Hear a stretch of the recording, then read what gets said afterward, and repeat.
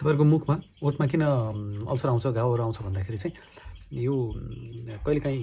पिरो खानेकुराहरु खाएर चुच्चो भएका तीखा खानेकुराहरु खाएर जस्तो ल्वाङ सुपारी गुटखा पान त्यस्तै निन्द्रा पुगेन बाइ एनीवे तपाई रातभरि पढ्नु भयो स्ट्रेस भयो एक्जाम थियो अथवा राति कामको विशेषले ढिला सुत्नु भयो भने पनि मुखमा अल्सर आउन सक्छ अथवा mouth is regarded as window of gastrointestinal tract यसमा चाहिँ तपाईको पेटमा अथवा पाचन प्रणालीमा कुनै पनि समस्या छ भने पनि त्यसमा मुखमा अल्सर आउन सक्छ अर्को चुच्चो दाँतहरु भयो दाँतको इल फिटिङ टुथ छ भने पनि हुन्छ यो चीजमा चाहिँ तपाईले हुन्छ अब यसको उपचारमा चाहिँ विशेष गरी युजुअली यो आफै हराउँछ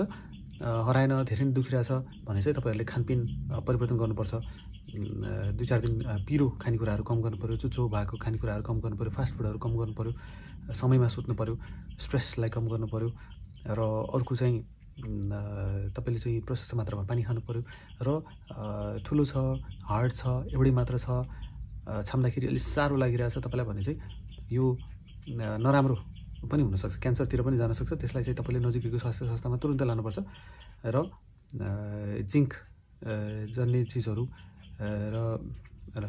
जिंक र भिटामिन बी कम्प्लेक्सले चाहिँ यसलाई वुन्ड हिलिङलाई चाँडै जिंक र भिटामिन बी कम्प्लेक्सले चाहिँ वुन्ड हिलिङ अलिकति चाँडै